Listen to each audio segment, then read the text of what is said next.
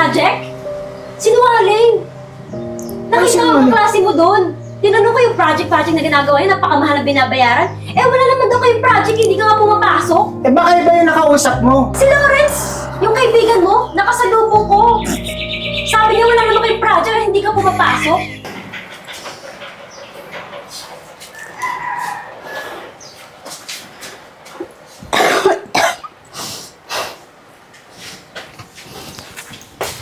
Ma! Malilate na ako! May pagkain na ba?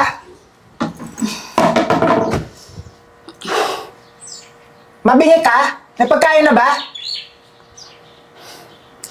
Ma, nakita mo mama ko? Ay, kayo pala yun! May pagkain na ba, ma? Gutom na ako! Malilate na ako! Anak, sandali na lang to matatapos ka na yung ginagawa ko. Ano ulam mo na? Magluluto na lang ako mamaya ng tuyo at itlog. Tuyo at itlog na naman? Wala pag iba. Araw-araw na lang tayo tuyo at itlog. Wala man lang hotdog, bacon. Anak, alam mo naman tapos tayo sa budget ngayon. Problema ko ba yun, Wala ma? tayong pera. Problema ko yun, ma. Malagi mo na lang sinasabi, wala ka ba ibang linya? Tsaka ba't parang problema ko na wala tapos tayo sa budget? Eh di ba nanay kayo? Nag-anak-anak kayo, tas di nyo naman kaya pakainin ng maayos. Mapagkain namin, minsan, galing pa sa kapitbahay, nakikihingi ka lang. Anak, ginagawa ko naman ng paraan. Alam niyo kung anong paraan yung gusto ko? Bigyan niyo ako 3,000, kailangan ko ng pera. Project. 3,000? Bingi ka, ma? 3,000 lang naman. Ngayon na ba talaga yun, anak? Oo, ma, hindi ako papasukin sa school kapag wala akong 3,000. Kailangan nga ipasa niyo yung project namin eh. 3,000 lang, ma. Anak, gagawin ko ng paraan pero wala pa akong pera ngayon.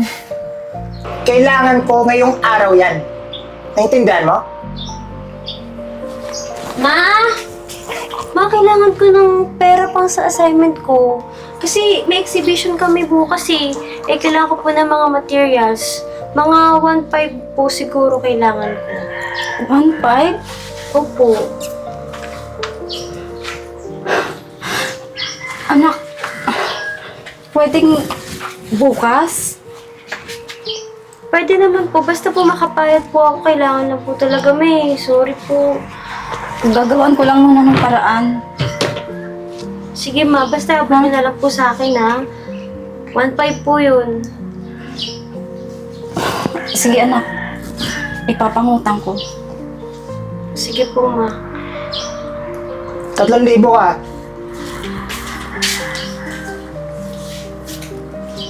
Okay ka lang ba ma? Okay lang na.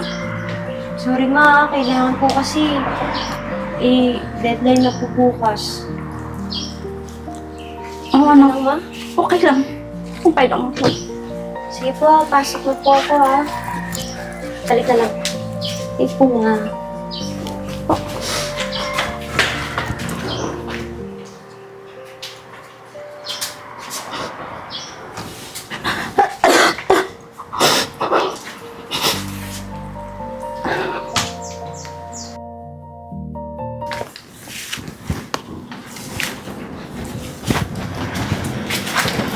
Oh, Aling Merly. Mukha pong bigat na bigat ka sa dala mo ah. Saan ka po ba pupunta? I-deliver ko lang sa ano to dyan. Dahil kailangan kong kumita ng pera eh. Eh, Kulang pa kasi yung naipon ko para sa hinihingi ni Abra. Aling Merly, sigurado bang okay ka lang? Mukhang may pinagdadaanan ka eh. Mukhang may sakit ka eh. Wala naman ito, Jeboy. Kulang pa kasi yung kinita ko para sa mga anak ko eh. Sigurado ka ba? Okay Mahirap lang. yan. Dapat ipahinga mo na lang yan. Yung nararamdaman mo, yung sakit mo. Kung meron man. Alam mo, sa totoo lang, kahit ako na lang,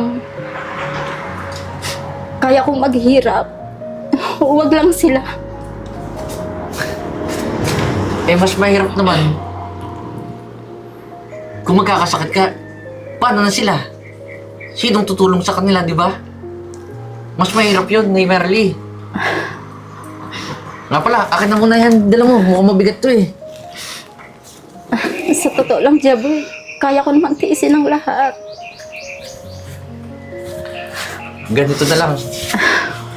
Tulungan na lang kita kung saan mo dadalhin to. Para di ka mahirapan. Aalalayan na rin kita. Maraming salamat, Jeboy, ha. Sige, walang anuman po, Nay Merly. Kailangan ko talaga ng tulong sa ngayon. Tara na po.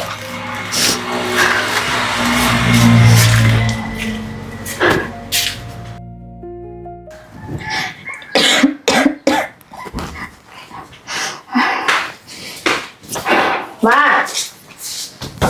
Saan na yung pera? Di ba sabi ko ngayong araw lang yun? Ma, uwi na po. Anak, eto lang yung pera. Paghatian? Yung paano ba?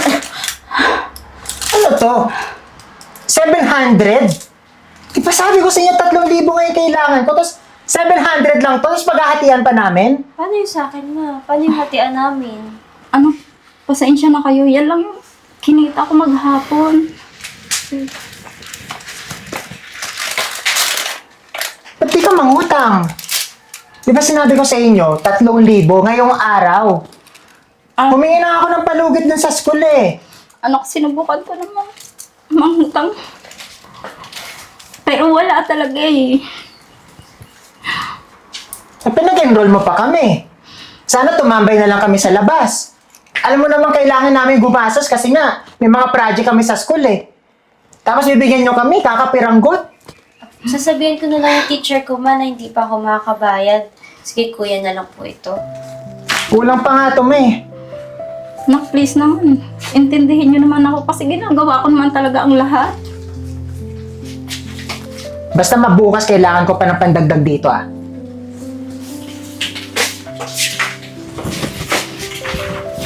Okay ka lang ba, ma? Ako na lang po bahala kumausap sa teacher ko. Pasensya na niyo si kuya. Ang laki din kasi nung kailangan niya eh. Okay ka lang, ma? Ha? Okay lang, okay lang. Bakit parang upo ka ng upo? Pagod, pagod lang. Sigurado ka? Ma! Ma! Ma! Ma! Ma! Ma! Ma! Ma! Okay ka lang, ma? Okay lang. Okay lang ako. Tutumba ka, ma! Kuya! Ma? Mama? Okay lang. Ma, ano nangyari dyan? Ma, huwag ka muna magkakasakit ha. Kailangan ko pa ng pera bukas. Baka drama lang yan. Kuya! Anong drama? Ma? Okay lang ako, anak. Kaya ko ang sarili ko. Pagod lang. Sigurado ka, ma? Magsasabi ka sa akin pag di ka okay, ha? Oh. Sige na, anak. Magbihis ka na. Paghahain ko na kayo ng pagkain ng kuya mo. Sige po, Nay. Gusto po ako, ha?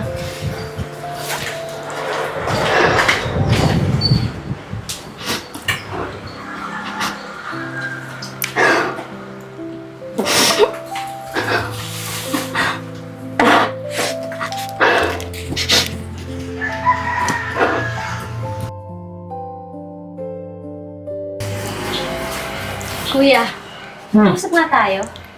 Bakit? Anong grabe ka kay mama? Anong grabe kay mama? Ito yung makasingil ka ng pera, parang tinatain niyo lang yung mga pera Eh, kailangan ko nga ng pera, di ba? Kailangan ko sa project. Kuya, hindi mo ba nakikita? Nahihirapan si mama? Nahihirapan siya magtrabaho? Buti sana kung tinutulungan na lang natin, di ba? Paano natin tutulungan? Estudyante lang naman tayo. Wala naman tayong trabaho eh, di ba? Eh kahit nga yung simpleng gawain bahay, hindi ka makatulong eh. Paano makakatulong? Alam mo naman busy ako sa project, di ba? Project? Sinungaling!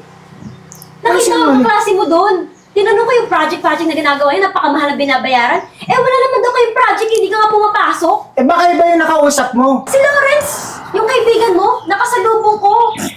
Sabi niya wala naman kayong project, hindi ka pumapasok. Ano? Huwag ka na lang maingay kay mama. Kailangan ko lang talaga ng pera. Para saan? Saan mo ginagamit yun? May utang ako. Utang? Bakit? Bakit ka nagka-utang? Alam mo, di ko na kailangan magpaliwanag sa'yo. At saka ba't ba natin pinapahaba to? Tsaka magulang naman siya, diba? Siyempre, magpo-provide siya para sa atin. Ikaw ang dahil mo satsat. Ano bang kinakaputok ng buchi mo? Ano ba? Nag-break ba kayo ng jowa mo? Sa akin mo Jowa, binubuhos? wala akong jowa! Ang pinupunto ko lang, hindi ka manaawa kay mama. Kita mo lang parang naghihingalo na kahapon, no? Tapos, puro ka pa pera, pera, pera. Abra, tumigil lang nga kayo. Hindi nyo ba alam may sakit yung nanay nyo? Sakit? Sakit? Hindi.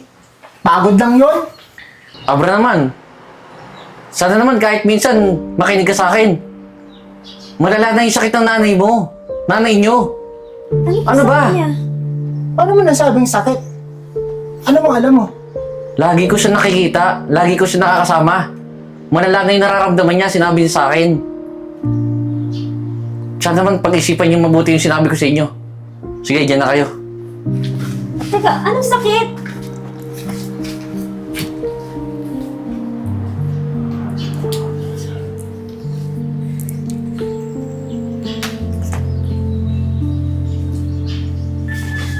Ma? Ma? Ma? Kakain na tayo, ma. Ma, gising.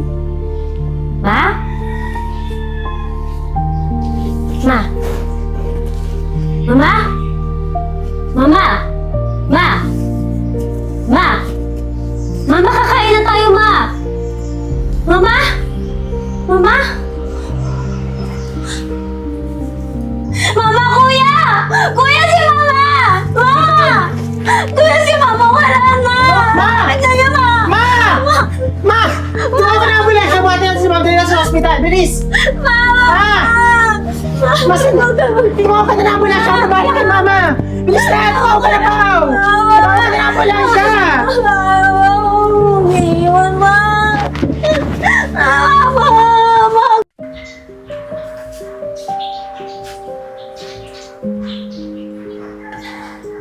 Paano na tayo, kuya?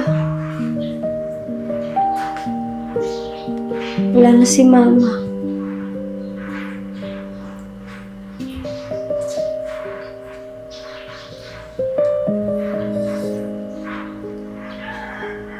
Huwag ka mag-alala. Hindi kita papabayaan.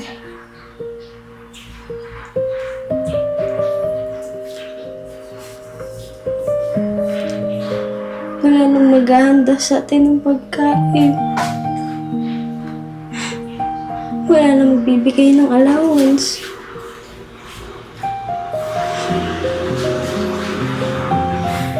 Mamimiss ko si mama, kuya. Pao. Pasensya ka na. Hindi ako nagpakakuya sa'yo. Malaki yung pagsisisi ko nung mga araw na dapat ako yung mas tumatayo bilang kuya. Pinagsisihan ko naman lahat. Promise, babawi ako sa'yo.